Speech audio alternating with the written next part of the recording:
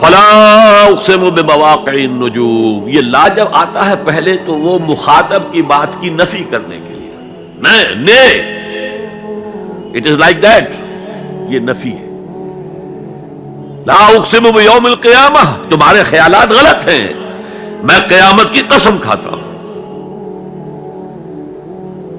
تو فرمایا فلا اقسم بمواقع النجوم، وقع یقع کے کیا معنی ہے؟ اور یہ سورت کون سی؟ واقعہ، اذا وقعت الواقعہ، وقع گر جانا، پڑ جانا، یہ ستاروں کے ڈوبنے کی جگہ ہے۔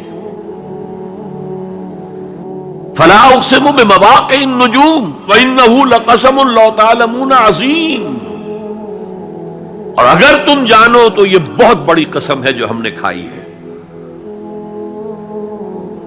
اس وقت کا انسان کیا سمجھتا کہ ستارے کہاں جاتے ہیں، کہاں غروب ہوتے ہیں، کہاں گرتے ہیں؟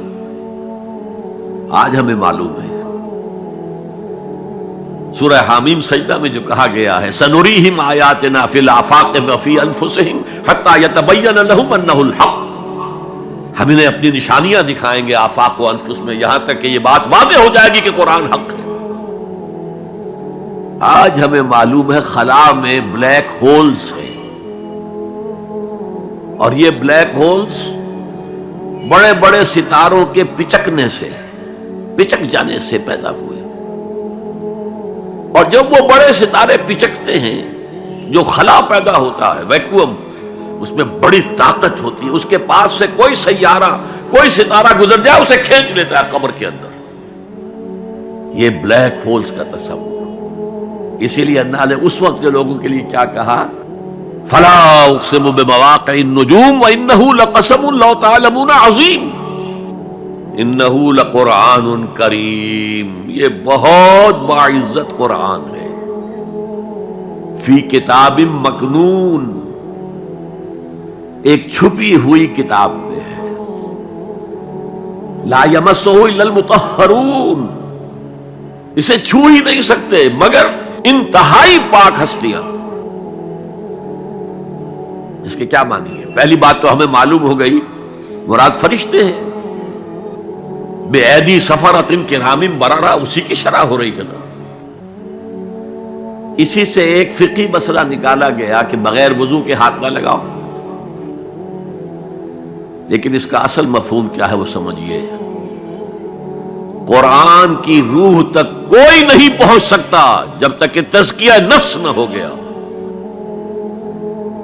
اگر حب مال، حب دنیا، حب جاہ، حب شہرت، اگر یہ تمام محبت میں دل سے نکل نہ جائیں تو قرآن کی روح تک آپ کی اپروچ نہیں ہوگی۔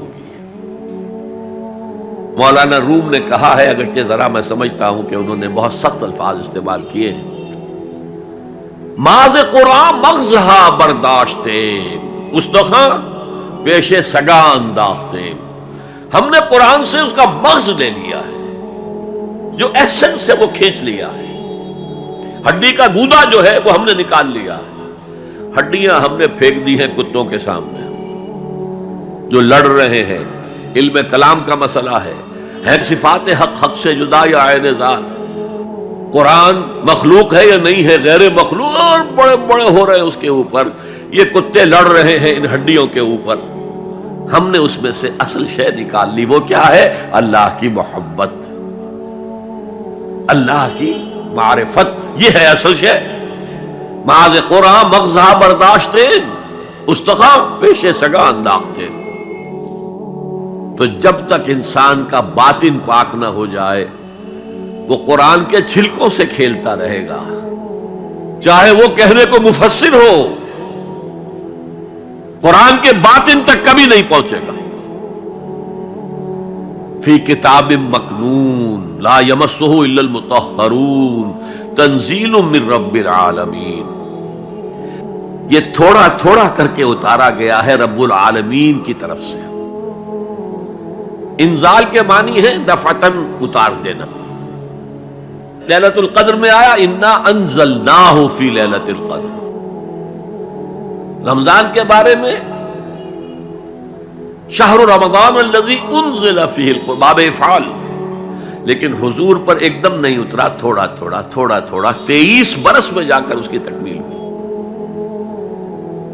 اب دیکھیے جو شکوہ کیا اللہ نے، کیا اس جیسی نعمت سے تم مداہنت کر رہے ہو، بے اعتنائی کر رہے ہو، اسے پڑھتے نہیں ہو، اسے سمجھتے نہیں ہو، اس پر عمل نہیں کرتے، اسے اپنا امام نہیں بناتے؟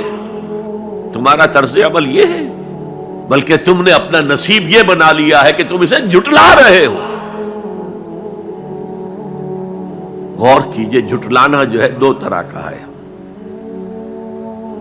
ایک ہے زبان سے کہنا کہ یہ نہیں ہے، کوئی اللہ کا کلام نہیں ہے، یہ قرآن وغیرہ جھوٹ، سب اساطیر الاولین ہے، یہ محمد نے گھڑ لیا ہے وغیرہ وغیرہ، جھٹلانا ہو گیا۔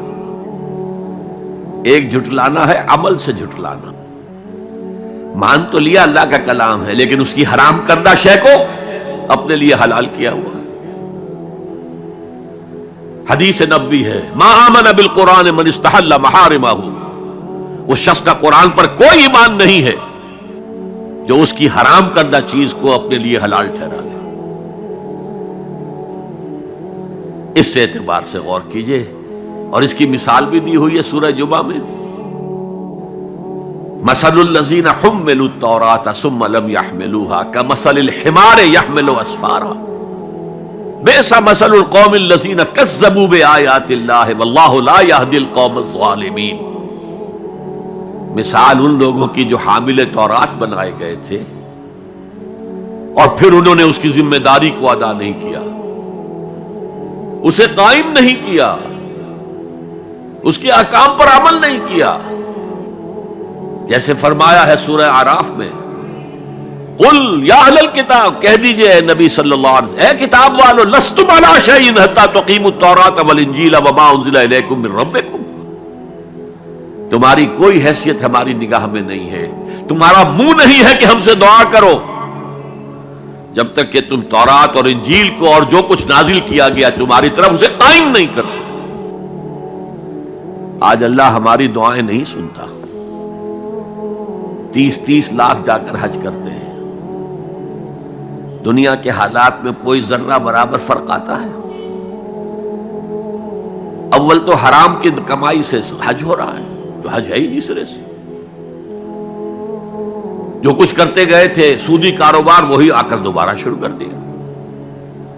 سرکاری ملازم تو جو رشوت پہلے لے رہے تھے اس کے بعد آ کر شروع کر دیا۔